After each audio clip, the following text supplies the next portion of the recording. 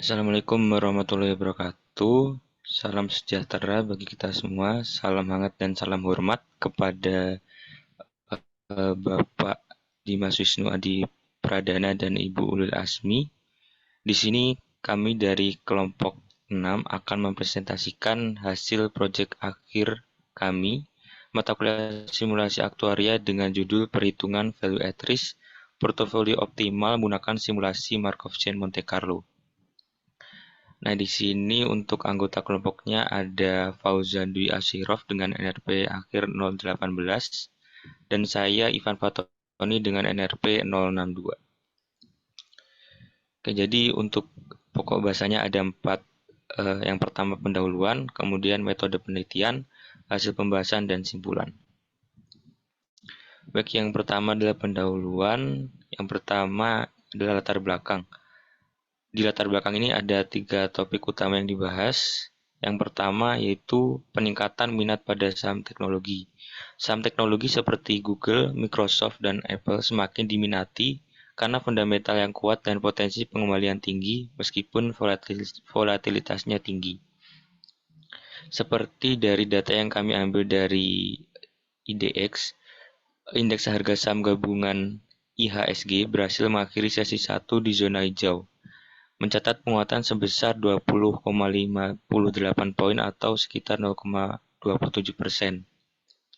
Kenaikan IHSG ini turut mendorong lonjakan saham-saham teknologi, di mana EMTK menjadi salah satu emiten yang meraih keuntungan signifikan. Selanjutnya untuk topik latar belakang kedua adalah tantangan dalam manajemen risiko. Tingginya volatilitas pasar saham global, terutama di sektor teknologi, menuntut strategi manajemen risiko yang tepat untuk menghindari potensi kerugian besar.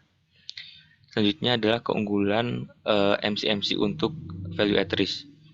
Metode Markov Chain Monte Carlo MCMC ini memungkinkan simulasi probabilitas yang kompleks, menangkap pola volatilitas dinamis dan hubungan antar aset yang tidak dapat ditangkap oleh metode tradisional atau konvensional. Selanjutnya adalah tujuan dari penelitian ini. Tujuan dari penelitian ini adalah untuk menghitung value at risk atau nilai risiko dari berbagai kombinasi portofolio optimal dengan menggunakan simulasi Markov Chain Monte Carlo. Selanjutnya adalah tinjauan pustaka, ada 6 topik. Yang pertama adalah return saham. Return saham adalah keuntungan yang diperoleh dari suatu investasi yang dihitung sebagai selisih antara harga saham pada periode saat ini dengan periode sebelumnya, tanpa mempertimbangkan dividen dari saham tersebut. Untuk rumusan dari return saham adalah sebagai berikut. Dengan RT adalah return saham pada periode ke T, PT adalah harga saham periode pengamatan, dan PT-1 adalah harga saham periode sebelum pengamatan. Selanjutnya adalah tentang expected return. Jadi untuk expected return ini rumusannya adalah sebagai berikut. Dengan tambahan ada RT sebenarnya expected return saham, kemudian RT adalah return saham, dan yang N adalah jumlah dari hasil masa depan. Selanjutnya adalah portofolio optimal. Portofolio optimal merupakan bagian dari portofolio efisien. Portofolio yang optimal merupakan yang dipilih dari seorang investor dari sekian banyak pilihan yang ada pada kumpulan portofolio efisien. Tentunya portofolio yang dipilih investor adalah portofolio yang sesuai dengan preferensi investor bersangkutan terhadap return maupun terhadap risiko yang bersedia ditanggungnya. Selanjutnya adalah mean variance skewness courtois.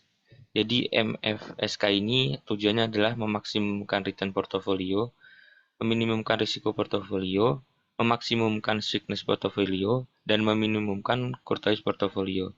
Untuk bentuk umum dari model ini adalah sebagai berikut, di mana A, B, C, dan D merupakan 4 koefisien prioritas yang secara berturut-turut memaksimalkan mean, meminimalkan variance, memaksimalkan skewness, dan memaksimalkan kurtosis. W di sini adalah vektor bobot portofolio, kemudian mu adalah vektor expected return portofolio, dan M adalah matriks. Untuk M2 ini adalah matriks covariance, M3 adalah matriks Chow-Skewness, dan untuk M4 adalah matriks Chow-Kurtosis.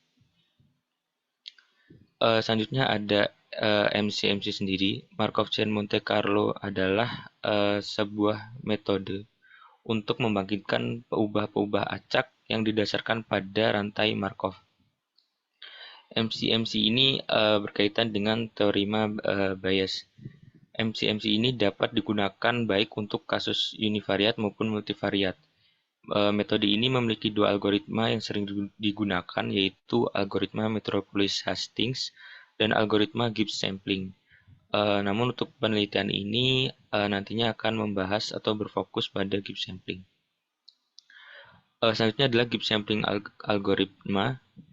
Gibbs sampling algoritma ini merupakan kasus khusus dari komponen tunggal algoritma Metropolis-Hastings yang menggunakan densitas proposal Q X aksen bersyarat XT, yaitu distribusi target bersyarat penuh.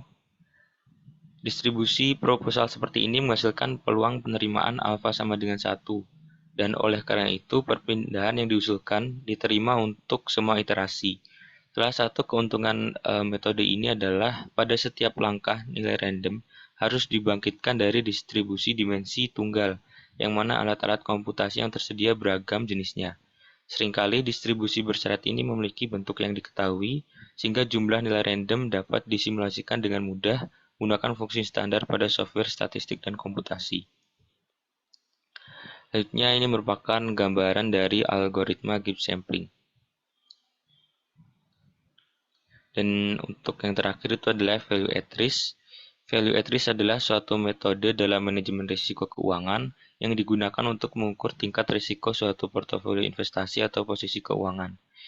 Value at risk ini menyediakan perkiraan sejauh mana nilai suatu aset atau portofolio dapat berubah dalam suatu periode waktu tertentu dengan tingkat keyakinan tertentu. Nilai value at risk ini bisa dihitung menggunakan persamaan berikut. Dengan mu adalah return rata-rata portofolio, kemudian Z-nya ini adalah skor kritis dari distribusi normal, dan sigma-nya adalah standar deviasi dari return portofolio atau aset. Selanjutnya untuk metode penelitian ini ada dua juga. Yang pertama adalah sumber data. Sumber data ini kami ambil dari website investing.com dengan yang kita ambil adalah data harga penutupan harian saham teknologi dunia, yaitu Apple Inc. AAPL, kemudian Alphabet Inc. Class in Google, dan Microsoft Corporation MSFT. Dan untuk periodenya adalah 22 November 2022 sampai 22 November 2024. Selanjutnya untuk langkah analisisnya ada 7 tahap. Yang pertama itu pengumpulan data. Kemudian statistika deskriptif meliputi tipe data, cek missing value, kemudian cek outlier, kemudian analisis keberatan dan cek normalitas data. Untuk step yang ketiga adalah mu dan expected return dan standar deviasi setiap tahap. Langkah keempat yaitu penerapan algoritma Gibbs sampling. Kemudian untuk langkah kelima adalah variance skewness Courtois, ini untuk menentukan bobot masing-masing saham. Langkah keenam adalah analisis karakteristik data, return portfolio optimal. Dan langkah terakhir adalah menghitung nilai value at risk portfolio optimal. Untuk bab selanjutnya akan dilanjutkan oleh Fauzan. Oke, baik, terima kasih Ivan. Untuk bab 3, hasil dan pembahasan, yang pertama ada perhitungan aset tunggal. Perhitungan nilai VAR yang dilakukan dengan menentukan nilai ekspektasi return dan standar deviasi untuk setiap aset. Jadi memperoleh hasil sebagai berikut, di mana expected return AAPL ada sekitar negatif 0,007 sekian. Lalu untuk expected return dari GOGL ada negatif 0,009 sekian. Lalu expected return untuk MSFT ada negatif 0,0008 sekian dengan standar deviasi masing-masing. Nah, dari tabel ini terlihat bahwa nilai ekspektasi return dari ketiga saham ini bernilai negatif. Jadi dapat disimpulkan bahwa selama periode 2 tahun, saham-saham tersebut mengalami kerugian. Next. Untuk selanjutnya dilakukan perhitungan aset atau value at risk dari aset-aset berikut dengan menggunakan simulasi MCMC dengan algoritma keep sampling sebanyak pengulangan 10.000 kali. Sehingga dapat diperoleh expected return, expected variance, nilai value at risk untuk tingkat kepercayaan 90%, 95%, dan 99% sebagai berikut. Nah, dari yang ada di tabel ini merupakan hasil dari algoritma keep sampling dengan perulangan 10.000 kali. Nah, dari tabel berikut terlihat bahwa semakin tinggi tingkat kepercayaan digunakan, maka semakin besar pula nilai value at risk-nya. Hal ini menunjukkan bahwa semakin tinggi tingkat kepercayaan, semakin besar risiko yang berpotensi dialami oleh investor. Nah, lalu di antara ketiga aset tersebut, saham MSFT memiliki risiko kerugian yang tertinggi. Next. Nah, setelah analisis dari tiap aset atau tiap saham, selanjutnya kita akan menganalisis dari portofolio yang optimal. Nah, untuk pembobotan sendiri, kita menggunakan metode mean variance Squeezed kurtosis. Nah, pada metode ini memerlukan eh, parameter-parameter seperti koefisien prioritas, ada A, B, dan C, A, B, C, dan D itu, di mana A menggambarkan nilai mean, lalu B menggambarkan nilai variance, C menggambarkan nilai skewness, dan D menggambarkan nilai kurtosis. Nah, dengan syarat A, nilai A, C, dan D itu harus lebih besar dari 0, nilai B harus lebih besar dari 0, serta A harus lebih kecil dari B. Nah, jarak antara nilai A dan B harus cukup besar untuk mencegah terjadinya short sell yang dapat menghasilkan bobot portofolio negatif. Jadi untuk metode ini tuh tidak memperbolehkan bobot portofolio negatif atau terjadinya short sell. Nah, penelitian ini menggunakan beberapa kombinasi nilai koefisien prioritas sebagaimana dijelaskan dalam tabel berikut. Oh ya, untuk MVSK ini sendiri kita menggunakan bantuan package RootSolve yang ada di RStudio. Nah, untuk koefisien prioritas A, kita akan menggunakan parameter 1 dan 4 berdasarkan dengan penelitian terdahulu yang dilakukan oleh Agustina pada tahun 2022 yang menggunakan angka 1 dan 4 sebagai variasi dalam menentukan koefisien prioritas. Sedangkan untuk parameter koefisien B, C, dan D, kita menggunakan variasi 100 dan 200 berdasarkan penelitian yang dilakukan oleh Fahriana pada tahun 2018 yang menyatakan bahwa penelitian variasi koefisien prioritas dilakukan secara acak namun tetap memperhatikan syarat-syarat yang ada. Bahriana menggunakan angka yang berjalan dari 1 sampai 200 sebagai koefisien prioritas dalam penelitiannya dan menghasilkan kesimpulan bahwa perilaku meninggikan atau menurunkan koefisien prioritas memberikan pengaruh yang kecil sehingga penelitian tersebut menggunakan koefisien prioritas yaitu 200. Baik, selanjutnya untuk hasil dari perhitungan value at risk dari portofolio optimal.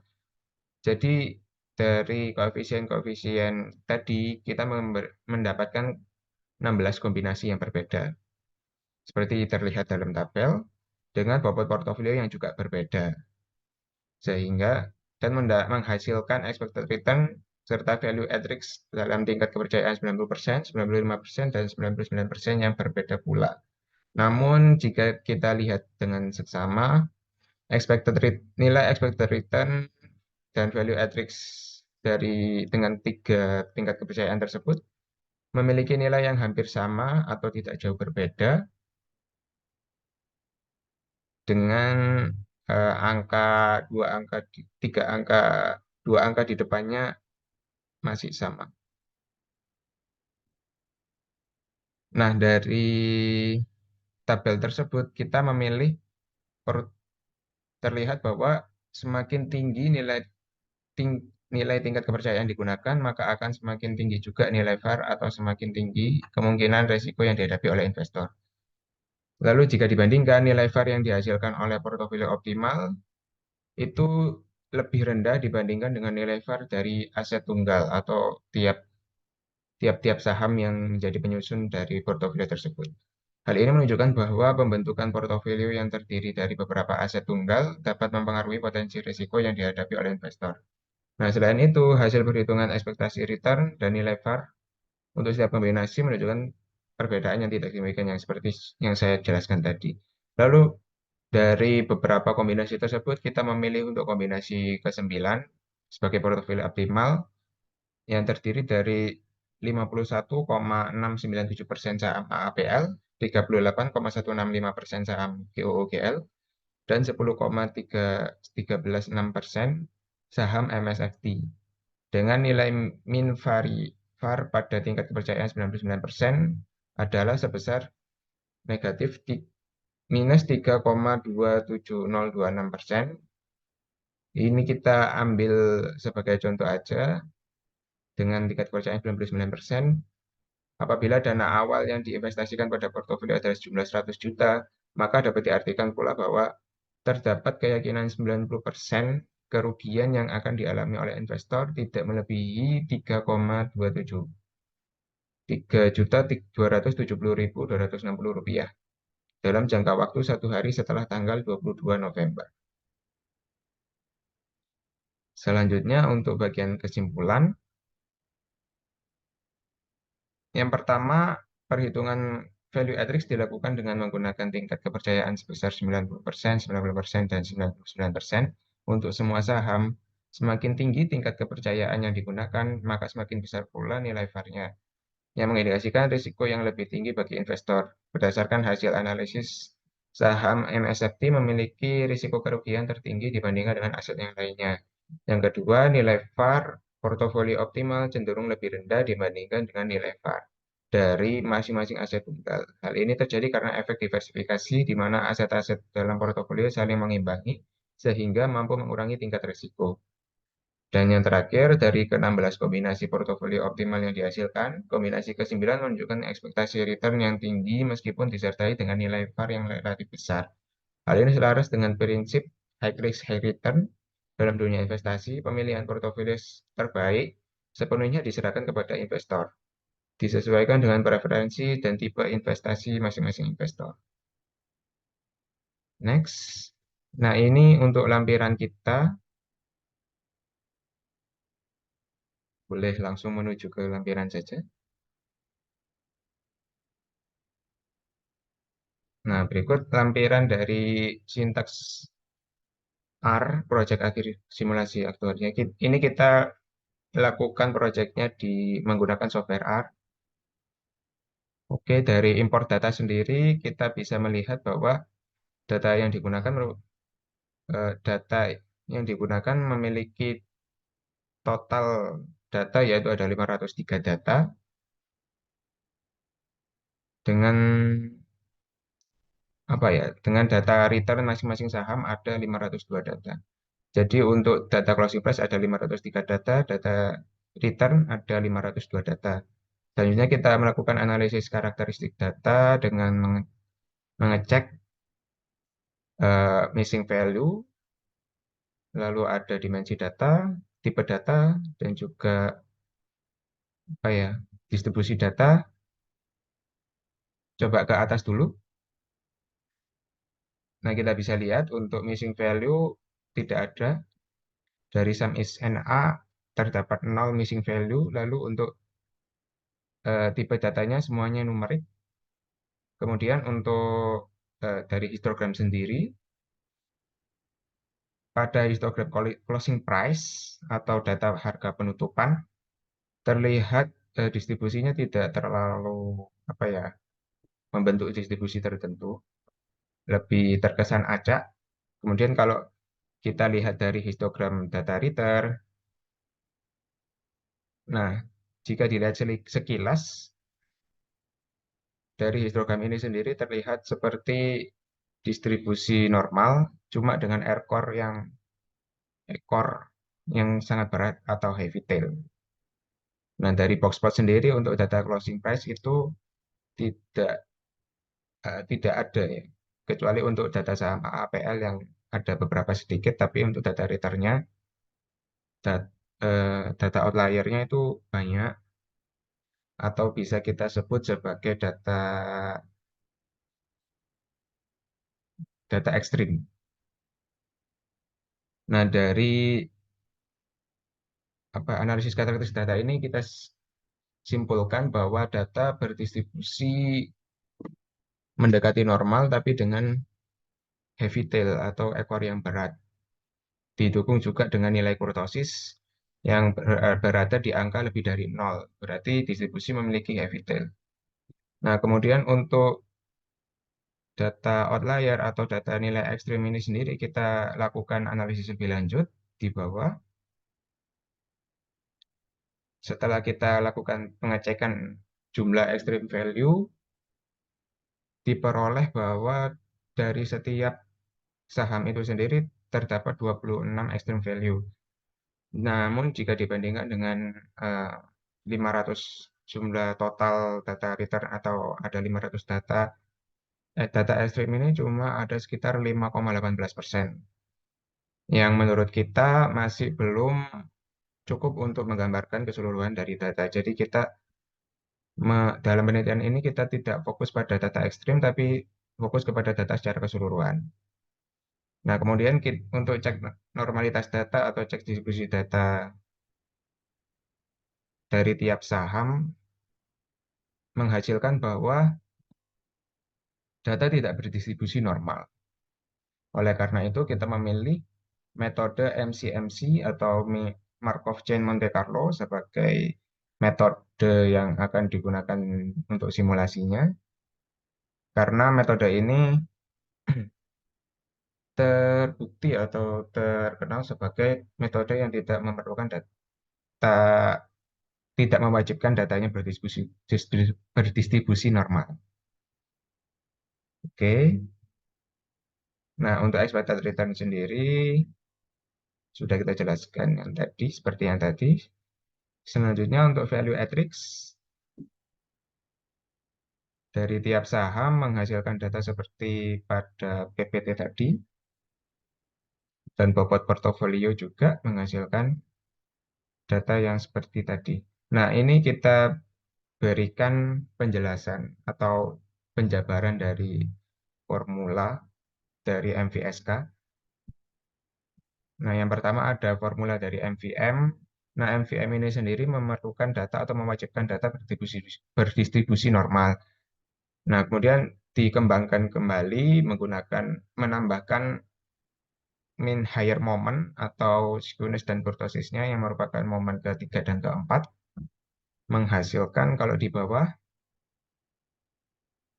semisal dijabarkan dari metode perumusan dari mean variance skewness kurtosis ini sendiri di bawah terus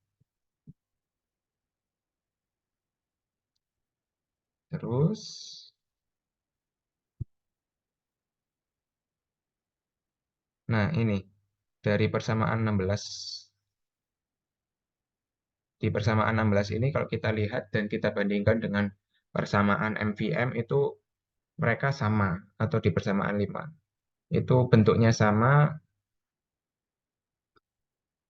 yang menunjukkan bahwa persamaan ini atau persamaan MVSK ini bisa dikategorikan menghasilkan menghiraukan data yang tidak berdistribusi normal.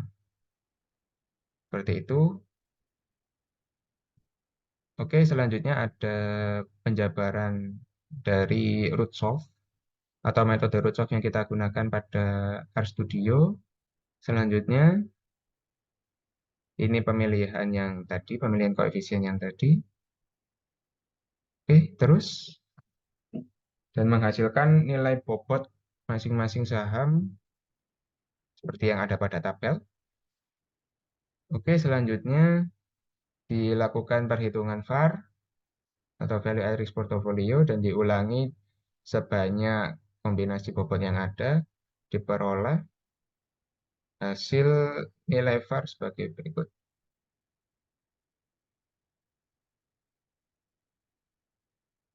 Oke, nah kalau kita lihat lagi di atas untuk analisis karakteristik data dari portofolio itu sendiri menghasilkan hasil yang kurang lebih sama dengan analisis karakteristik data tiap saham. Oke, sudah. Boleh kembali ke PPT.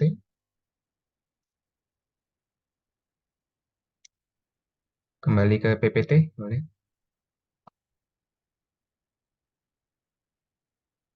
Nah, demikian dari presentasi kelompok kami. Atas perhatiannya, kita mengucapkan terima kasih. Wassalamualaikum warahmatullahi wabarakatuh.